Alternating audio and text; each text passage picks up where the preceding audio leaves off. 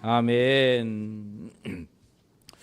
우리가 지난 시간에 에스더 4장의 말씀을 통해서 신앙생활에 있어서 가장 중요한 진리, 또한 에스더서에서 가장 핵심적인 중심 주제를 살펴보았습니다.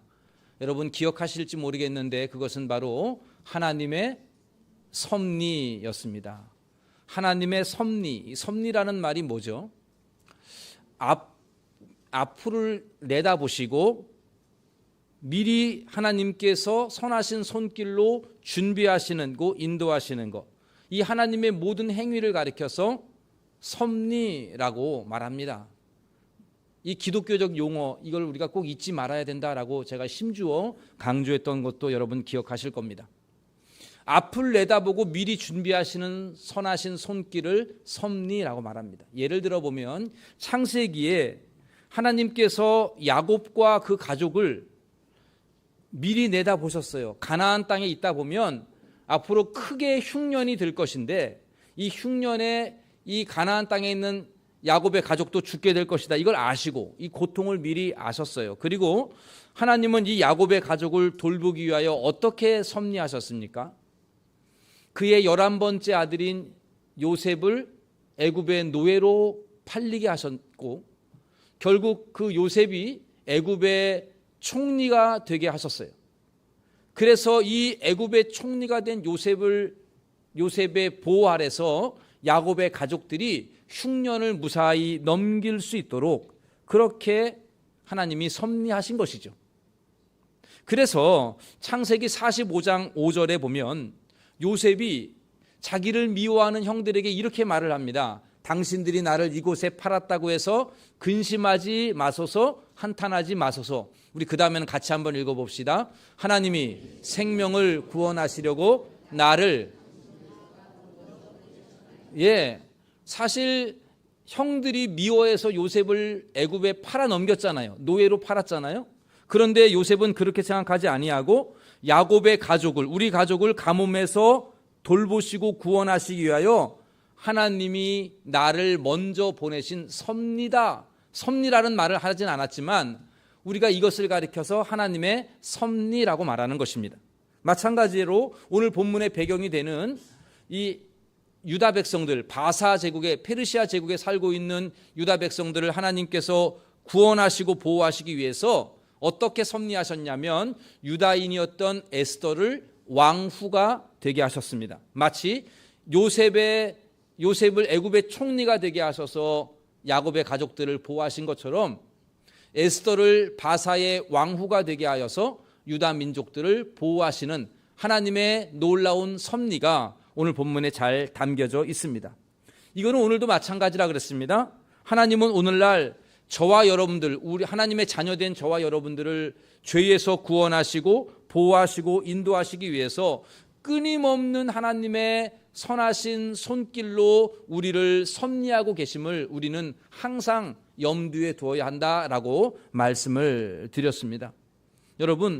여러분을 동대문 중앙교회로 인도하신 것 하나님의 섭리임을 믿으시기 바랍니다. 내가 선택해서 온 것도 아니고 하나님의 섭리가 있을 것이다. 이걸 믿어야 됩니다. 또한 교회에서 여러 직분들을 받게 하도록 하나님이 주신 이 직분도 선하신 뜻이 담겨있는 즉 섭리임을 믿어야 합니다. 가정도 마찬가지라 그랬습니다. 여러분들의 배우자가 마음에는 안 들어도 하나님의 섭리로 만나신 줄로 믿으시기를 바랍니다. 가족도 마찬가지예요. 하나님이 주신 섭리 가운데 역사하시는 뜻임을 믿어야 합니다. 질병을 만날 때도, 원치 아니하는 질병을 만날 때도, 또한 실패를 경험할 때에도, 환난을 경험할 때에도, 길이 막히는 그러한 답답함이 있을지라도 하나님은 나의 미래를 아시고 선하신 손길로 섭리하심을 믿고 고백하시기를 바랍니다. 하나님은 합력하여 선을 이루시는 선하신 하나님이십니다.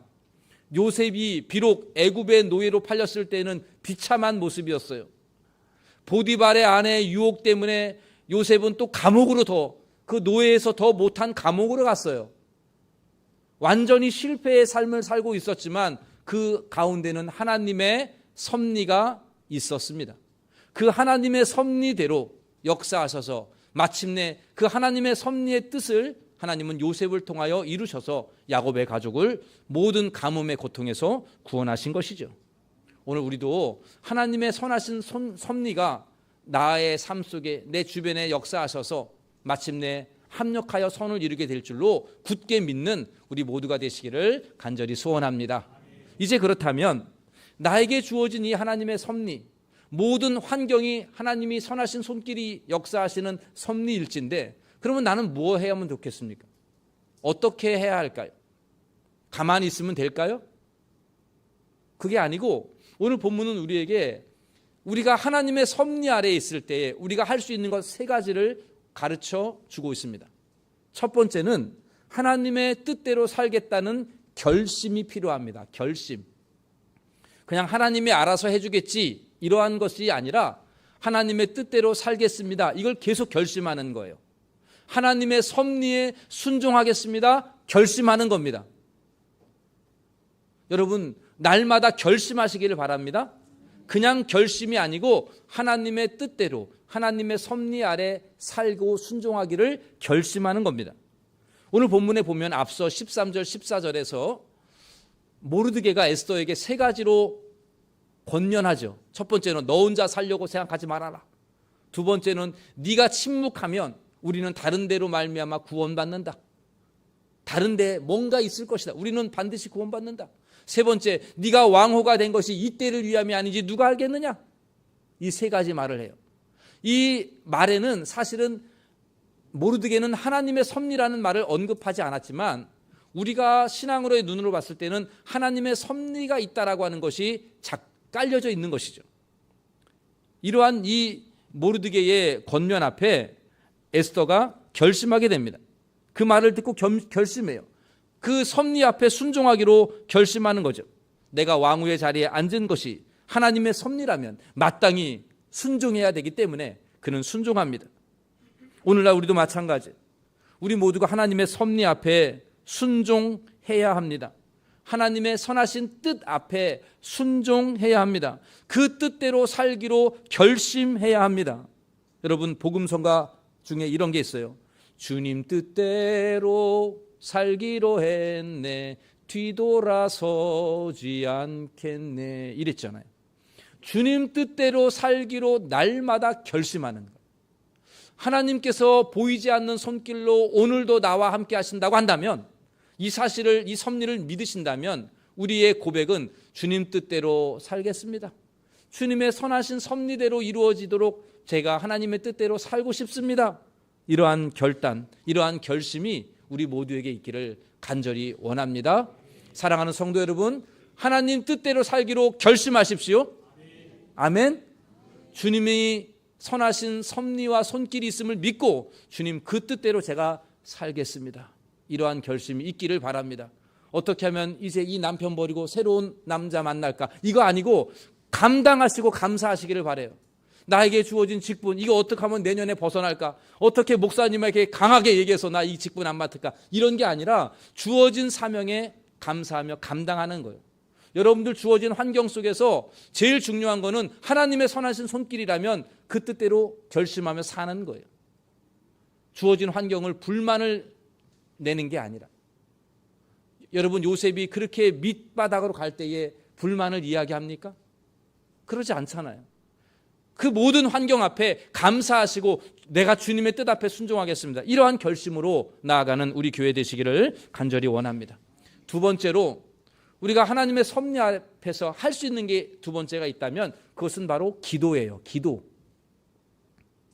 오늘 보면 16절에 보니까 에스더가 모르드게의 말에 용기 있게 결단합니다. 마음의 결심을 해요. 그리고는 한 가지 요청을 하게 되는데 이런 요청을 해요. 당신은 가서 수산에 있는 유다인들을 다 모으고 나를 위하여 금식하되 밤낮 3일 동안 먹지도 말고 마시지도 마소서. 나도 나의 시녀와 더불어 이렇게 금식한 후에 규례를 어기고 왕에게 나가겠다.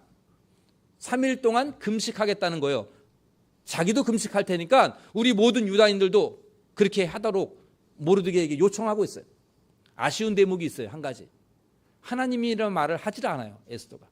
지금도 그랬던 것처럼 하나님이란 말이 언급되지 않아요. 우리가 생각하기에는 모든 유다인들 나를 위하여 금식하며 하나님 앞에 기도해 주세요. 나도 시녀들과 함께 여기서 밤낮 기도하겠습니다. 이러면 얼마나 좋겠습니까? 근데 이 에스더는 하나님이라는 말을 안 해요. 모르드게도 그랬잖아요. 하나님의 섭리라는 말을 안 하고 에스더도 말을 하지 않아요. 그게 좀 아쉬워요. 그러나 오늘날 우리는 에스더와는 달리 하나님의 보이지 아니하는 섭리가 있음을 믿기에 우리가 할 수 있는 일은 그 섭리대로 이루어지도록 하나님께 기도하는 것이죠. 여러분 꼭 기억하십시오. 여러분들 현재의 삶의 모든 형편들은 하나님의 섭리가 있습니다. 하나님의 뜻이 있습니다. 그 뜻은 선하신 뜻입니다. 지금 당장은 힘들고 어렵고 하나님이 안 계신 것처럼 느껴질 수 있지만 하나님은 반드시 보이지 아니하는 손길로 여러분들의 삶을 역사하고 계심을 믿으시기를 바랍니다. 그러므로 우리가 그 믿음으로 할 수 있는 일이 있다면 그 하나님의 섭리가 이루어지도록 기도하는 것이죠. 우리가 쉬지 말고 기도해야 될 이유가 어디에 있을까요? 기도를 쉬지 말라고 하는 이유가 무엇일까요? 하나님의 손길이 안 보이기 때문에 그래요.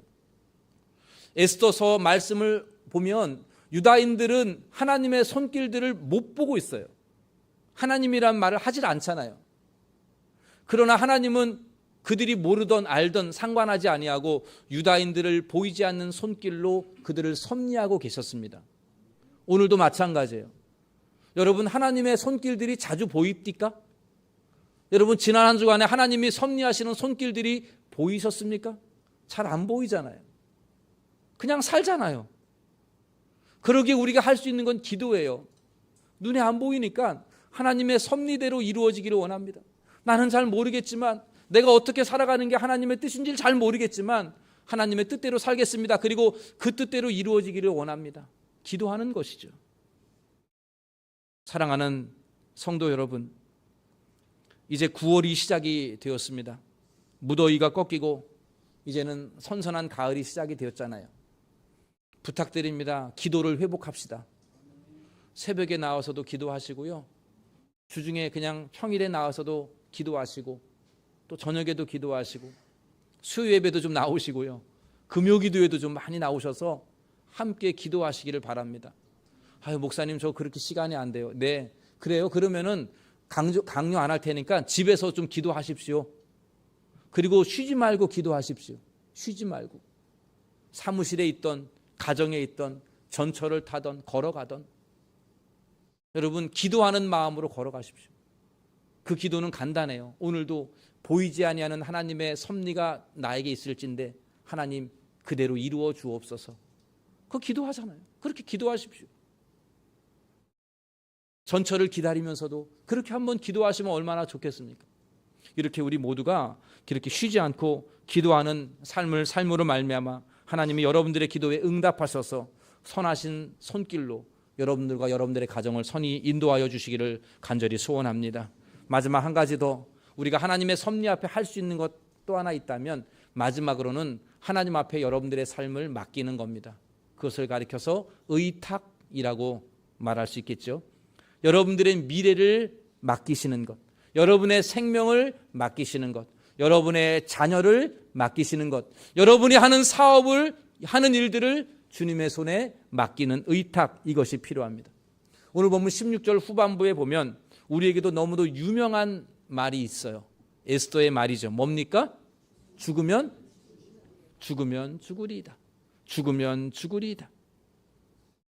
여러분 이 말은 에스더의 다부진 결심의 말이기도 하지만 한편으로는 자기 목숨을 하나님의 손에 맡기는 고백이기도 합니다.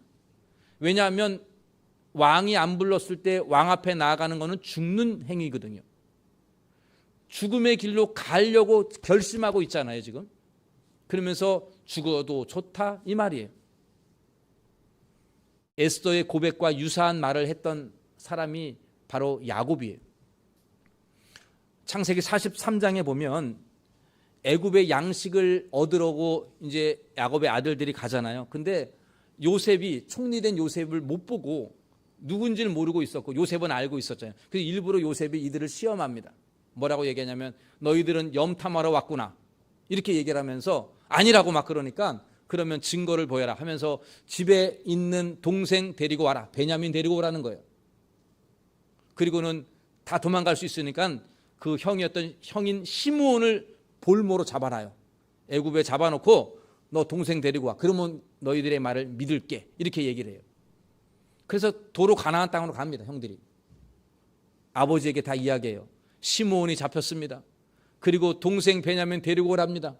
그러지 아니하면 더 이상 나를 못 본다라고 엄히 말했습니다. 이렇게 형들이 보고를 해요. 그러자 야곱이 한탄합니다. 요셉도 죽었는데 이제 베냐민마저도 죽이려고 하는구나. 시므온도 죽었는데 이제 다 죽겠구만. 이러면서 한탄하면서 안 보내요. 그런데 계속해서 기근이 심하니까 버틸 수가 없는 거예요. 먹을 것이 없으니까. 그 야곱이 결심해요. 보내겠다는 결심을 합니다. 여러분 43장 14절 말씀 같이 함께 읽어보도록 합시다. 전능하신 하나님께서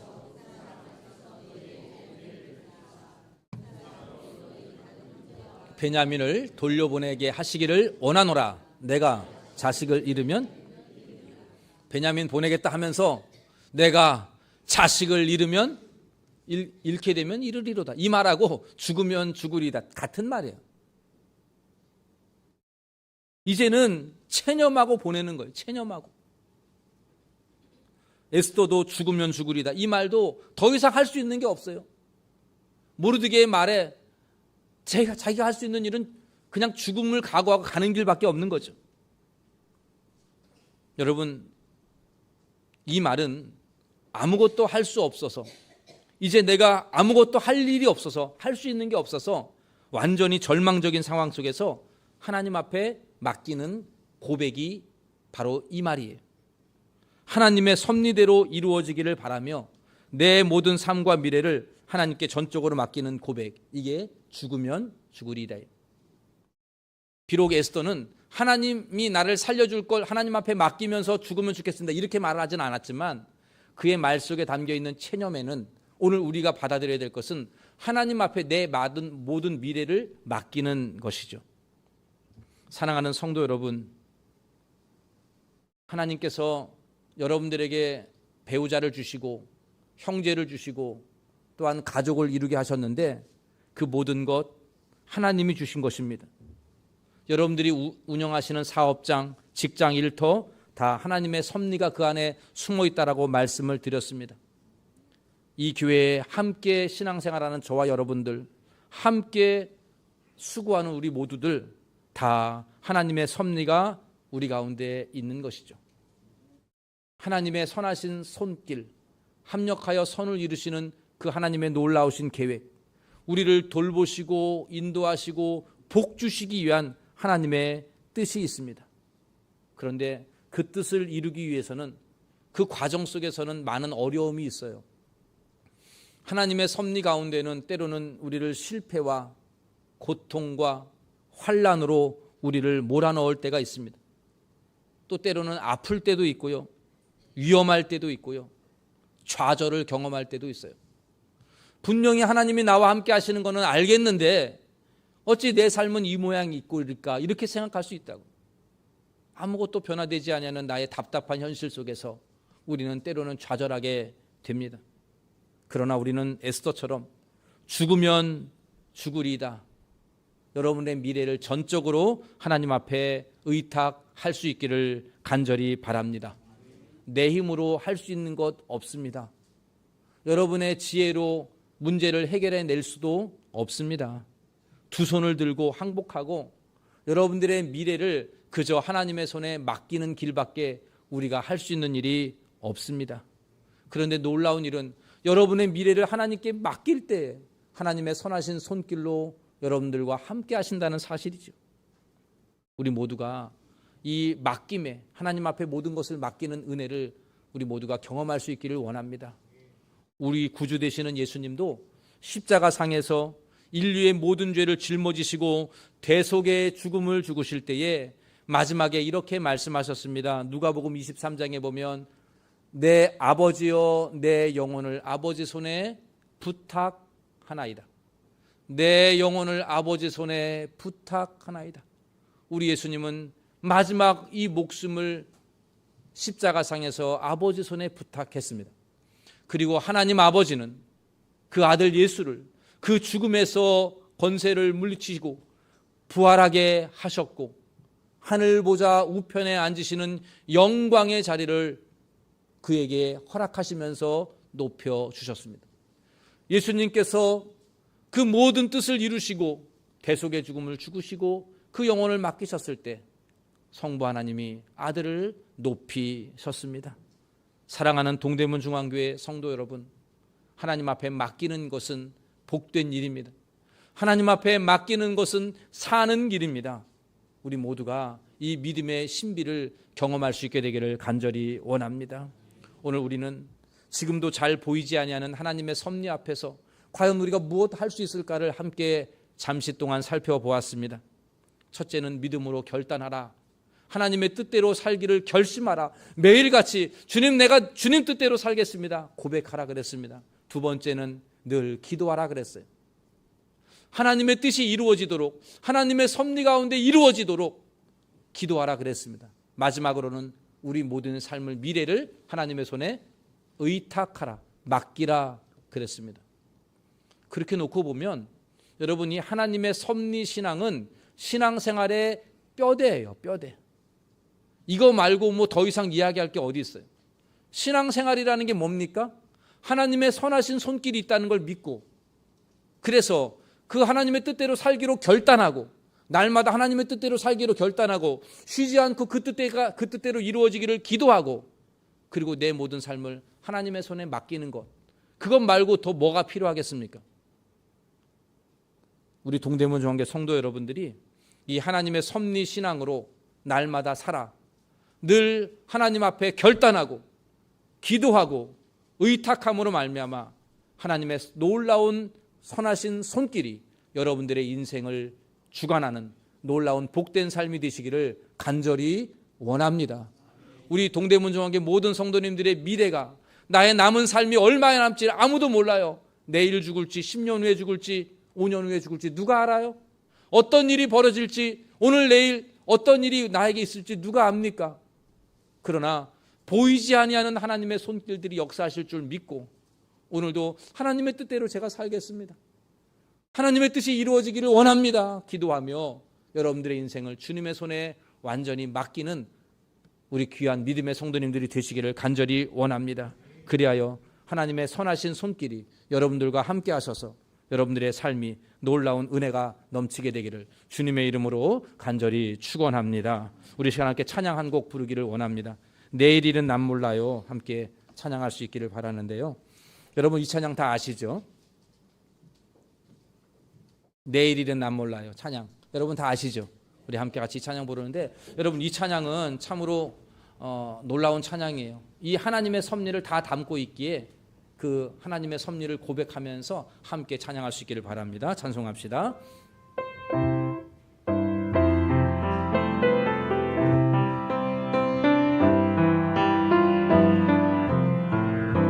내일 일은 난 몰라요.